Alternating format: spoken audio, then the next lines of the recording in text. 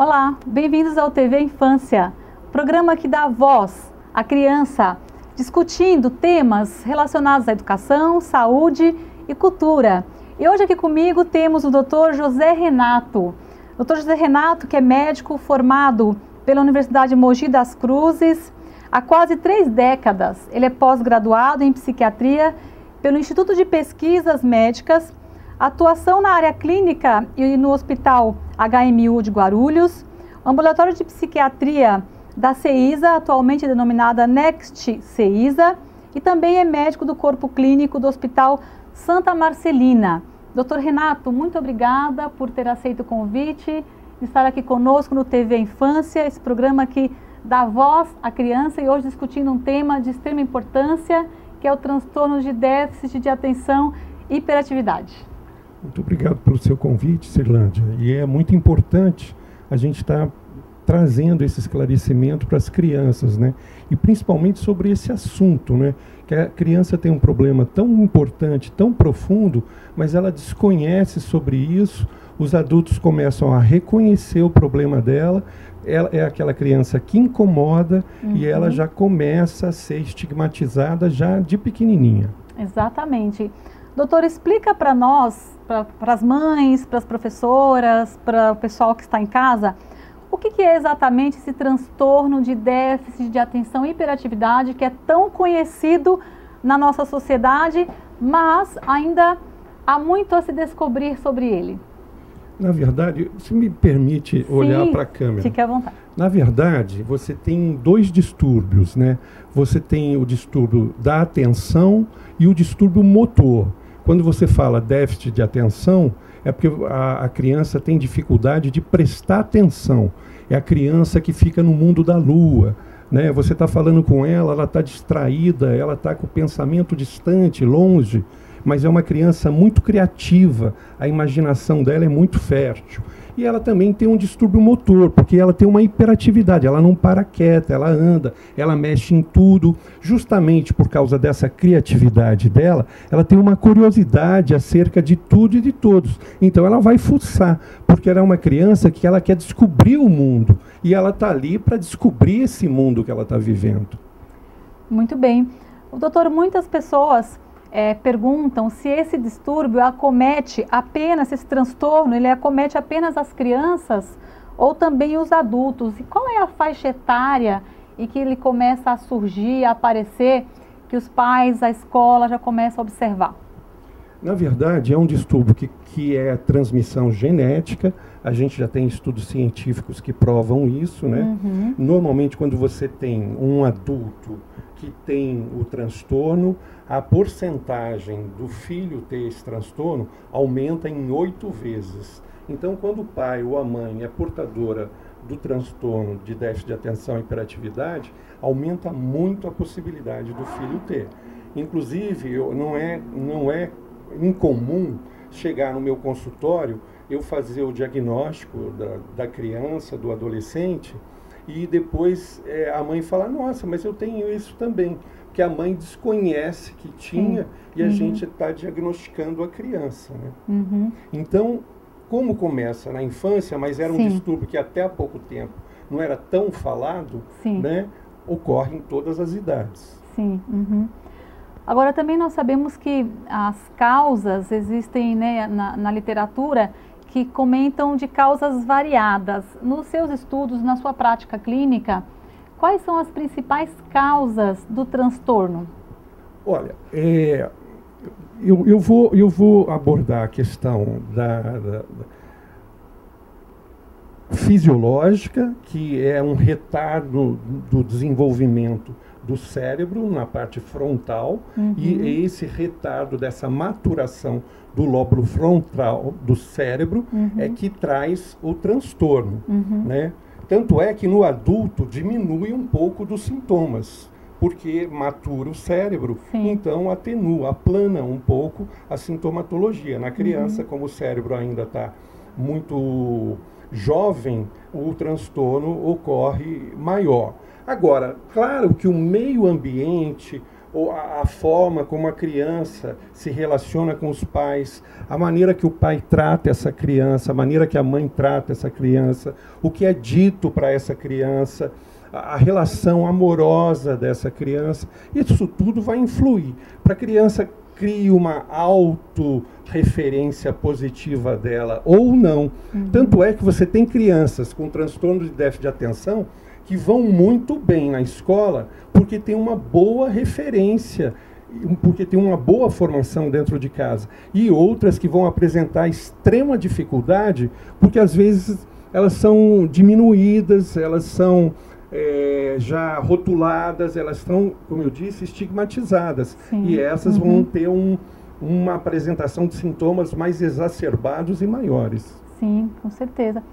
Agora, observando assim no cotidiano, na prática, quando é que os pais começam a perceber que o filho pode ter algum sintoma que possa depois ser identificado como transtorno? Em qual faixa etária e como que eles conseguem perceber para chegar até você?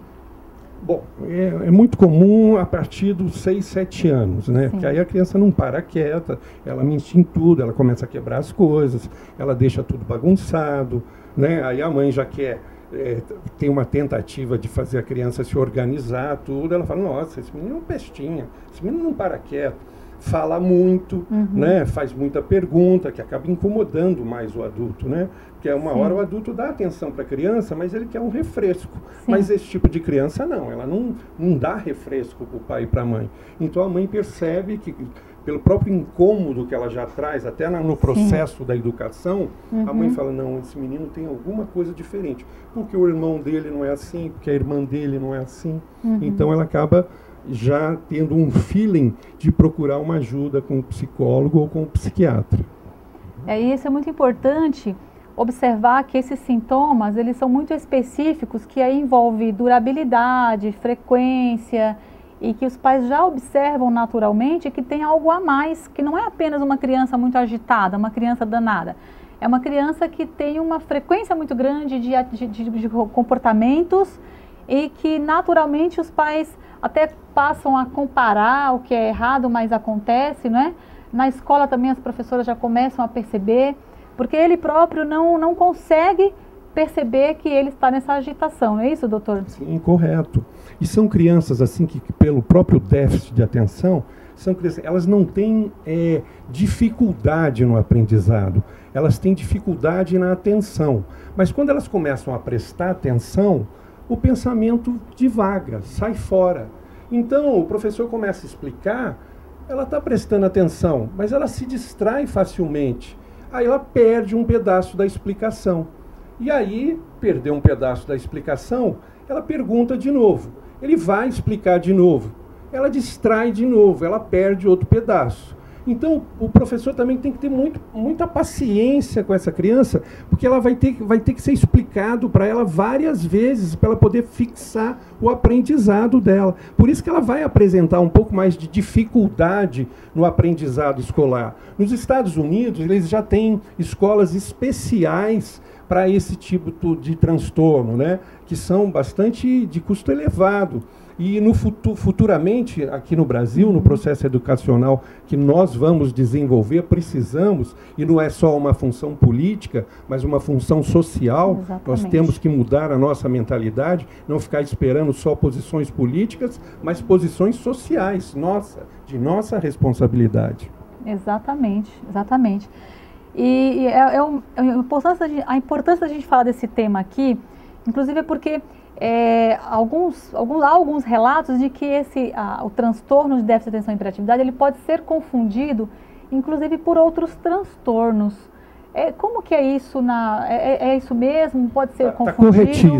Está corretíssimo. Se me permite, às vezes eu prefiro olhar para a câmera. Sim, pode ficar à vontade, porque claro, eu sei que você tem bastante conhecimento sobre esse assunto, mas quem está nos assistindo não tem.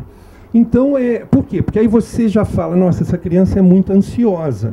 Claro, ela não para quieta, porque existem comorbidades, ou seja, ela tem esse transtorno, mas ela tem outros transtornos também que vão aumentar os sinais e sintomas desse problema que ela enfrenta. Então ela vai ter mais ansiedade, ela vai ser uma criança mais irrequieta, ela pode ser uma criança com uma tolerância de humor menor, ela responde, como ela não tem um controle da impulsividade dela, o adulto está falando, ela fala em cima da fala do adulto. Então, é uma criança que dá mais trabalho, porque às vezes o transtorno não é só um, existem mais de um, existe a ansiedade, existe o transtorno de humor, que são as comorbidades que também precisam ser avaliadas, entendidas e tratadas. Sim, exatamente. Então, quer dizer, tem muito mais do que um comportamento agitado, não é? Sim. Então, isso é importante a gente ressaltar aqui para que os pais possam observar, os professores, as pessoas que convivem com as crianças, observar e verificar, de repente, aí uma atenção maior com o especialista para que ele possa fazer o diagnóstico correto. Agora, doutor José Renato, em relação ao diagnóstico, é fácil fazer o diagnóstico? Como que esse diagnóstico ele é realizado? É apenas um profissional que faz o diagnóstico? É uma equipe? Como que funciona? Não, eu prefiro dizer que é um trabalho em conjunto. Aliás, eu quero frisar aqui que é muito importante que a psicologia e a psiquiatria são ciências irmãs. Elas trabalham juntas, elas dão as mãos. Uma colabora com a outra. Elas não fazem oposição. Eu costumo dizer que o bom psiquiatra encaminha para o psicólogo quando é necessário. E o bom psicólogo encaminha para o psiquiatra quando é necessário. O mau psiquiatra acha que vai resolver tudo com remédio. O mau psicólogo acha que vai resolver tudo com psicoterapia. Muitas vezes é necessário as duas coisas. Outras vezes, no caso da criança com transtorno de déficit de atenção e hiperatividade, eu aconselho as duas práticas. O uso da medicação e a psicoterapia, até porque a criança já está começando a enfrentar problemas de baixa autoestima, que vai acarretar muito mais transtornos no desenvolvimento da personalidade dela, trazendo os problemas futuros de colocação profissional, de valorização de si mesma, trazendo problema no relacionamento, na afetividade, enfim, uma série de outros transtornos que, se você cuidar quando ela é criança, ela vai ser um adulto mais feliz e mais saudável. Nossa, excelente, uma dúvida assim, bastante importante que você esclareceu, que trouxe aqui para o nosso público conhecer de fato a fundo como que é, porque não é fácil para os pais, para a escola. Então, é muito importante que a gente fale bastante, como você trouxe aqui, com essa profundidade, porque de fato faz uma diferença muito grande para quem está observando esses sintomas no cotidiano, no dia a dia. Nós vamos agora para um breve intervalo e para que nós possamos conhecer os nossos patrocinadores e voltamos em instantes. Até já!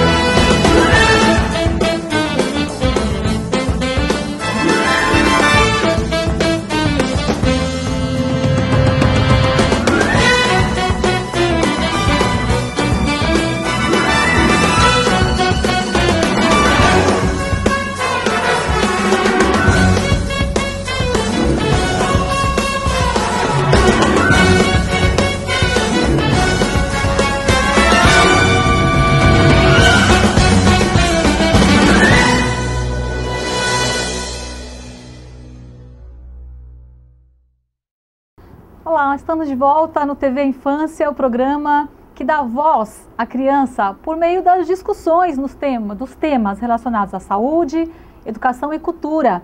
E hoje estamos falando do tema da saúde, um tema bastante importante e pertinente, que é o transtorno de déficit de atenção e hiperatividade, aqui com o Dr. José Renato. E enquanto nós falávamos antes do intervalo, doutor, a questão da importância do apoio e do trabalho interdisciplinar da equipe, principalmente essa parceria, não é, entre o terapeuta, o psiquiatra e, de repente, dependendo de outras situações, outros profissionais. Então, de fato, isso é muito importante. O doutor salientou aqui algo que é básico, assim. Não dá para a gente ficar cuidando de tudo, a gente tem que trabalhar em equipe. O ser humano, ele é biopsicossocial, e agora as últimas recomendações, biopsicossócio-espiritual, né? Porque as nossas crenças também, elas nos revelam quem nós somos e influenciam na nossa atitude, no nosso comportamento. Então, de fato, a gente precisa desse apoio total aí, dessa equipe, e com certeza, sem dúvida nenhuma, o ser humano não pode ser olhado, não pode ser interpretado por uma única visão, e às vezes até por um único profissional. Claro que tem casos e tem casos. Nesse especificamente, como o Dr. José Renato falou, a questão do comportamento, que também é influenciado pelo meio social, pela questão da estima, da família. Então, é um tipo de transtorno que precisa de olhar interdisciplinar. Então, Dr. Renato, continuando o nosso bate-papo, qual é o tratamento que se tem hoje para o transtorno de déficit de atenção e hiperatividade? Olha, o tratamento, eu vou falar da minha área. Claro, sim. Uhum. O tratamento medicamentoso, ele é com anfetamina. Né? Então, você tem duas substâncias, né? Que é o metilfenidato e a lisdexanfetamina. Sim. O inconveniente dessas medicações, elas são caras, né? E por isso que muita gente começa e abandona o tratamento. E há dois tipos de medicação. No caso do metilfenidato, você tem o de curta duração, você toma um medicamento, ele vai ter um efeito mais ou menos de 4 horas, que tem um custo, evidentemente, um pouco mais barato, né? E você tem o LA do metilfenidato, não vou dizer o nome da substância, porque seria uma propaganda desnecessária do laboratório. E ele teria uma ação de mais ou menos 14 horas. Então, a criança que está num período integral na escola, seria melhor usar essa outra de efeito mais prolongado. E a criança que está no meio período da escola, ela pode fazer esse uso dessa substância mais curta, né, com uma dosagem um pouquinho menor. E no caso da outra substância, que é a lisdexanfetamina, já não tem essa divisão. Ela é uma substância, ela só tem 3 doses, mas ela já pressupõe que há uma cobertura maior e realmente a gente tem comprovado que tem tido uma eficácia maior, né, sobre esse tipo de transtorno. O tratamento tem um feedback maior, mas porém de custo mais elevado. Excelente. Doutor, tem algumas perguntas assim que eu acho interessante fazer para os pais, para as pessoas que estão assistindo, acompanhar e aprenderem junto, né? Em relação aos tipos, né? As pessoas falam muito em tipos. Então, por exemplo, do tipo combinado, do tipo desatento, do tipo hiperativo. A medicação é igual para todos ou como funciona? Então, veja bem, a medicação, ela vai ajudar no foco. Sim. A medicação, ela vai ajudar a criança a prestar atenção. Né? No meu consultório, na minha prática clínica, eu percebo, às vezes eu faço o diagnóstico, às vezes em adolescentes, às vezes num adulto um pouco mais jovem, que está na fase de vestibular, na fase de prova. Ele percebe que o rendimento dele aumenta, melhora a performance dele escolar, ele melhora as notas do simulado, melhora a nota em algumas disciplinas. Então, ele mesmo percebendo esse efeito, ele vê porque ele está prestando atenção, então ele assimila mais coisas num intervalo de tempo menor, né? Então, ele fica muito satisfeito, quem tem o transtorno, e começa a se tratar. Agora, O caso do transtorno motor, da hiperatividade, aí precisa de outras atividades para tratar isso, atividades físicas, né? A academia seria bom para você deixar essa criança também gastar um pouco de atividade física lá, que é óbvio. É mais atividade, prática de futebol, prática de judô, enfim, você tem que associar outras práticas para você também diminuir o quanto energético que essa criança tem, para depois ela ter uma noite tranquila e produzir bem durante o dia. Sim, ótimo, muito bom. Doutor, em relação às questões, as escolas também se deparam muito com algumas situações. Por exemplo, há um tempo atrás eu fui numa escola e tinha uma criança fazendo uma atividade, escrevendo, e a criança estava o tempo todo assim. Ela estava escrevendo, mas ela estava o tempo todo assim, mexendo nas pernas o tempo todo, desse jeito que eu estou fazendo mesmo. E a professora perguntou, fulano, o que você está fazendo? E se referindo ao comportamento. E o aluno respondeu, eu estou escrevendo, professora. Então ele realmente não se percebe como uma criança que é muito agitada. Tem alguma recomendação que, como psiquiatra, como médico da área, você possa dar para as pessoas nessa área da educação, que possa ajudar essa criança? Por exemplo, quando eles estão muito agitados, tem alguma coisa que possa fazer, ou a professora mantém na sala aquele horário? Porque o nosso período letivo prolongado como a gente sabe que naturalmente até colabora para a inquietação, não é? Tem alguma coisa que a escola possa fazer para colaborar com essa criança? Bom, você vê como o tema é amplo, a gente vai falando e vai entrando em outras áreas. Claro que a criança hiperativa, ela mexe muitas pernas, né? Às vezes não precisa ser tanto assim como você mostrou, mas às vezes um pouquinho, ela pega a mão, ela tamborila na mesa, ela está sempre com atividade motora um pouco mais em excesso do que as outras crianças. Ela é mais estabanada, né? Ela não tem realmente consciência da atividade corporal dela. Por isso que quando a professora perguntou, o que você está fazendo? Eu estou escrevendo, porque ela não tem noção do que está acontecendo com as outras partes do corpo dela, porque ela não tem uma experiência corporal ainda completa, né? Isso daí vai se dar com o desenvolvimento da própria vida, né?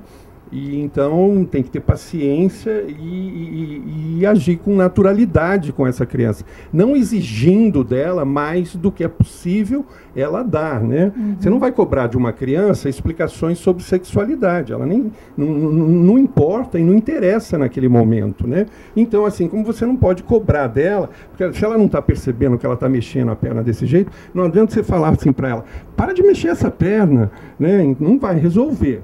Agora, claro que quando você tem sintomas que trazem um sentimento exacerbado, motor, e aí a gente já pode sair um pouco do campo do transtorno de hiperatividade e entrar no espectro autista, que também, quando a gente fala espectro, é que a gente tem uma gama muito grande de comportamentos autistas. Eu, particularmente, tenho aprendido muito com esses pacientes, porque eles são diferentes uns dos outros.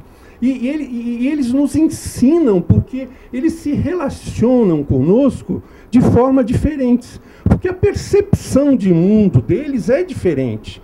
E a gente não sabe, a gente não se dá conta, e eu quero entrar nesse aspecto que você falou, quando a gente tem uma dinâmica espiritual, a gente não tem a resposta para todas as coisas, mas quando a gente tem uma intuição acerca da espiritualidade da vida, e que nada aqui é por acaso, e que se existe um Criador, esse Criador é justo e bondoso, então, se essas crianças estão tendo esse tipo de experiência, é pela própria bondade desse Criador, dessa experiência divina que eles estão tendo, porque viver é uma experiência divina, mesmo que seja dentro dessas circunstâncias. Nós não estamos aqui para julgar por que a pessoa tem um transtorno ou outro. Nós estamos aqui para ajudar, para que elas possam lidar com esse transtorno e crescer espiritualmente.